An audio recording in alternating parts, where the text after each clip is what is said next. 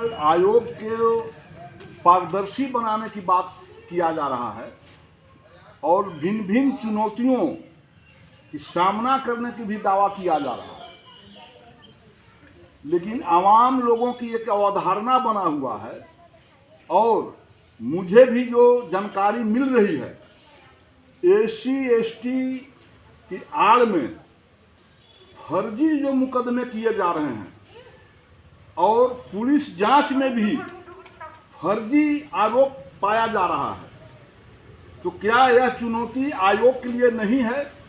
क्या जिन लोगों पर फर्जी मुकदमे किए जा रहे हैं, क्या वे भारत की नागरिक नहीं है?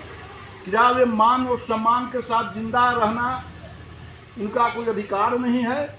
और वैसे अगर फर्जी मुकदमे जांच के क्रम में आ रहा है तो इन चुनौतियों से कैसे आप मुकाबला करेंगे, कैसे इस निपटेंगे? संबंध में हम पूरा बिहार वासियों से कहना चाहते हैं, खास करके अनुसूचित जाति वर्ग के लोगों से मैं अपील करना चाहता हूँ, निवेदन करना चाहता हूँ, रिक्वेस्ट करना चाहता हूँ, अन्य विनय करना चाहता हूँ कि आप लोग झूठे मुकदमा अति पिछड़ा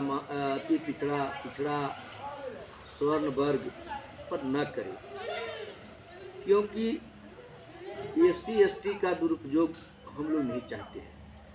हम चाहते हैं कि जो जानबूझकर SC के बल को कमज़ोर करना चाहते हैं, मुख्य धारा से विमुख करना चाहते हैं, मैं उन लोगों को हिदायत देना चाहता हूँ कि अनुसूचित जाति के लोगों को जानबूझकर कोई अगर अपमानित करेंगे, शोषण करेंगे, अत्याचार करेंगे, उनको मैं छोड़ने वाला नहीं हूँ।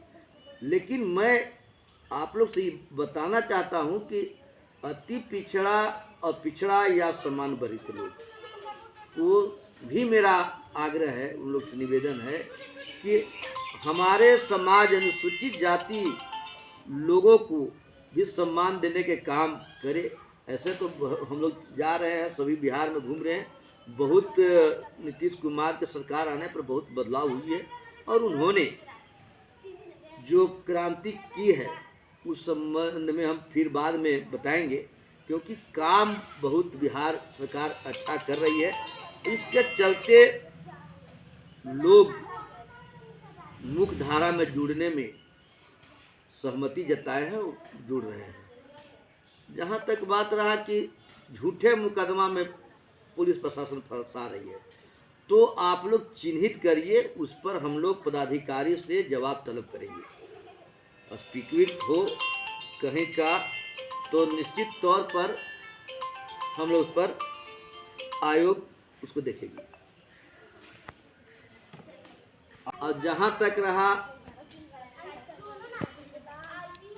माननीय प्रधानमंत्री माननीय नीतीश कुमार और लालू जी के बारे में कहा कि अच्छे लीडर अपना अपना जगह पर सब कोई रहते हैं, लेकिन देखिए प्रोटोकॉल के हिसाब से आदरणीय प्रधानमंत्री देश को जो विकास कर रहे हैं वो भी सराहनीय है, और माननीय नीतीश कुमार जी और मोदी जी दोनों समतुल्य नेता हैं।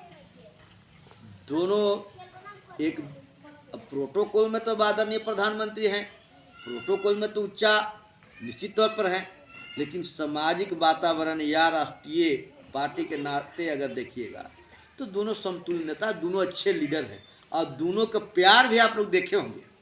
इसलिए मैं इस पर नहीं कहना चाहता हूं।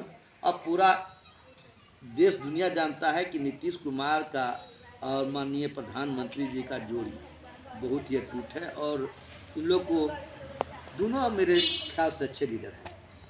मैं देख रहा हूं पटना और राज्य के अन्य हिस्सों में अपने आयोग के कार्यों के निष्पादन में जा रहे हैं, लेकिन लगातार कुटुंबा विधानसभा क्षेत्र के गांवों में आप घूम रहे हैं। आम चर्चा है कि ललन जी बहुत अच्छे प्रतिनिधित्व किए थे पिछले 5 साल विधानसभा में। यदि मौका मिलेगा तो ललन जी फिर प्रतिनिधित्व करें, तो क्या लगता है कि आप चुनाव लड़ने के तैयारी में हैं आप? देखिए एज ए आयोग मैं इस बात पर टीका टिप्पणी नहीं करना चाहता, क्योंकि देखिए आयोग का अलग दायित्व है।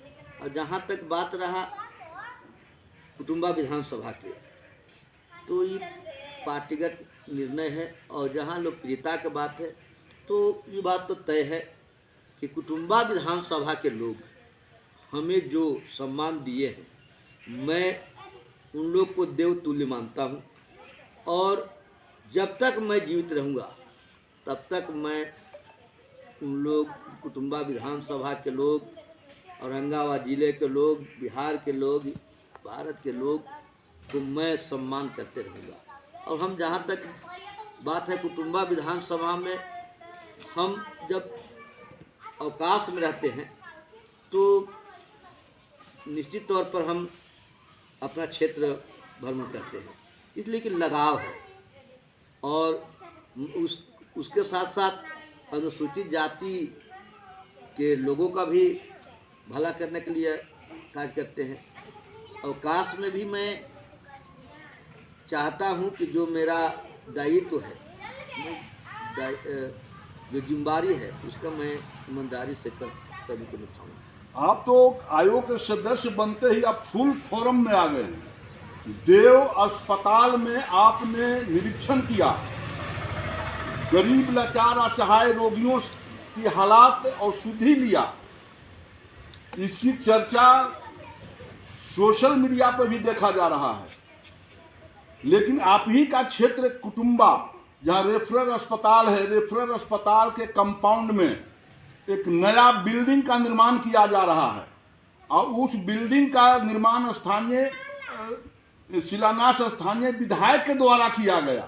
हालांकि विधायक की निधि और विधायक के फंड से उस बिल्डिंग का निर्माण नहीं हो रहा है। लेकिन आश्चर्यजनक विषय यह है कि वहाँ अभी तक इसकी सूचना निर्माण स्थल पर नहीं लगाया गया है कि किस एजेंसी के द्वारा कार्य कराया जा रहा है, संवेदक कौन है, कितने राशि से निर्माण कराया जा रहा है।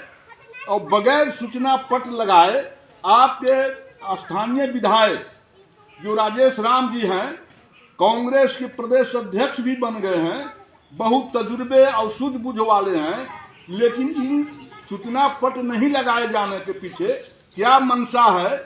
क्या उस बिल्डिंग निर्माण के नाम पर फिर लाखों करोड़ों रुपए की लूट और जांच के नाम पर जांच भी भ्रष्टाचार में चढ़ेगा?